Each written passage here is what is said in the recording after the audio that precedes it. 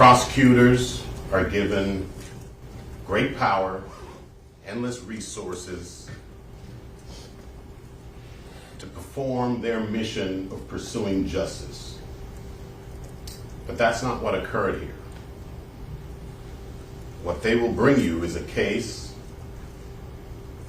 that is riddled with reasonable doubt, that is founded on an incompetent and incomplete investigation, and the exercise of poor judgment at every turn. The state cannot prove beyond a reasonable doubt the allegations that they have made. And there is a reason for that. You recall Ms. Bradley, some of you may recall, during jury selection, going to great lengths to let you know that she does not have to prove motive. And she's right about that. The law doesn't require her to prove motive. But you know what does require motive? A young man to wake up one day and decide that he's going to kill two of his best friends. Best friends that he grew up with, best friends that he hangs out with, best friends who he lives with, best friends whose careers he was trying to launch alongside his own. They have no reason for why he would do this, because there is no reason. And if there's no reason, it doesn't make sense. And if after 4 years of investigation, the state comes and says, hey, he killed two of his friends, his best friends, and you're wondering why, and their answer is, oh, I don't know. That's the first indication that they're just guessing and don't know what they're talking. And that, ladies and gentlemen, by itself is reasonable doubt. Why he would commit such a heinous crime against his own two best friends for no reason.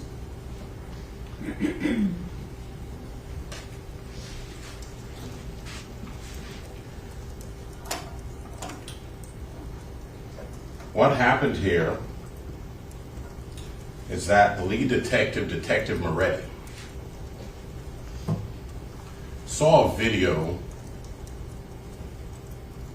of Mr. Demons getting into a car 40 plus minutes before bodies were found in that car.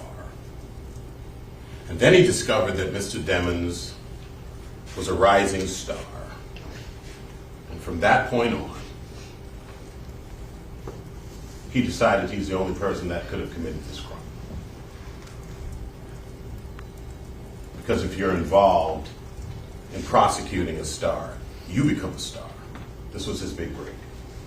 And he had tunnel vision, and he zeroed in on this person, this young man, as the only possible perpetrator of that crime, to the exclusion of all other leads and evidence.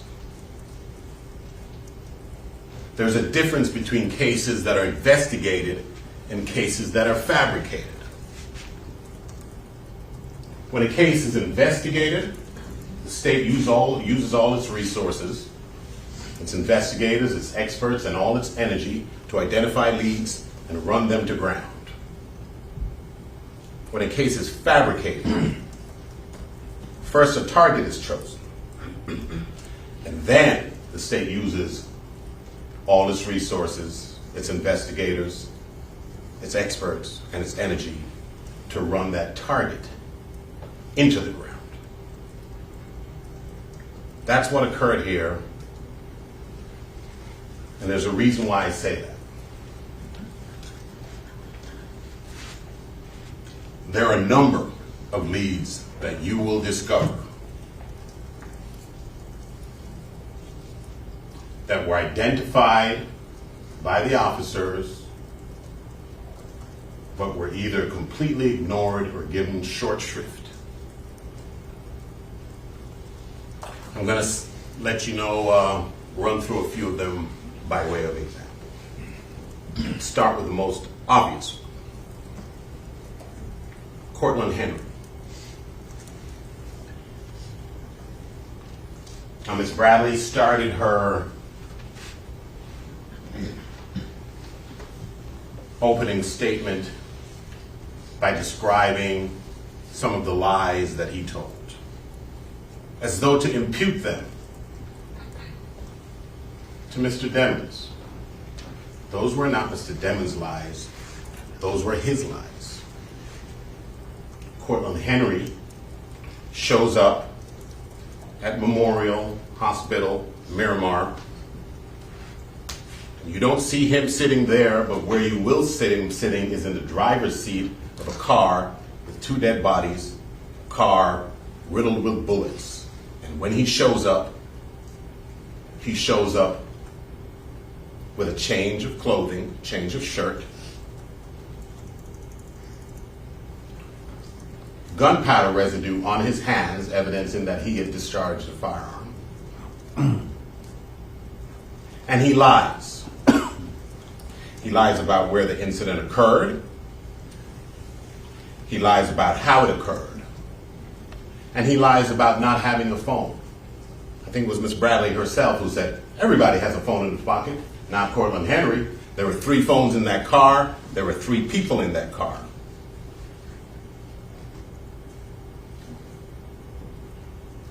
So they take him at his word, despite suspicious circumstances, and they let him go on his way. They soon discover that he's lying about the location of this incident, and they went back to him, and they label him a victim. And they said, we know you're scared.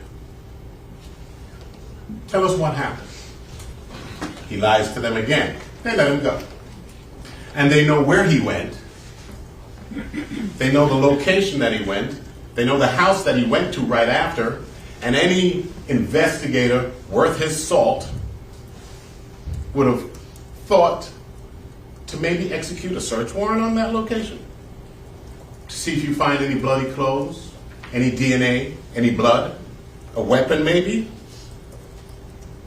You guys are probably familiar with the series First 48. That's founded on the proposition that if you botch an investigation within the first 48 hours, you've pretty much botched it for good. It's 48 months plus later. They still haven't served a search warrant on that location. Why? Moretti already had his man. What's the point of an investigation? To find out what happened. He's using all his resources to try and prove what he has already concluded did happen. So, after Cortland Henry, lead number 2, a gentleman named Montrell Roll, and his sister, Nia Hewitt. Who are they? Well, another police department came into possession of jail calls between those two that occurred within 3 days after the murders, and discussed what they describe as intimate details of the murders. Intimate details means details that are not in the public domain. So 3 days after, these two people are discussing the details of a murder.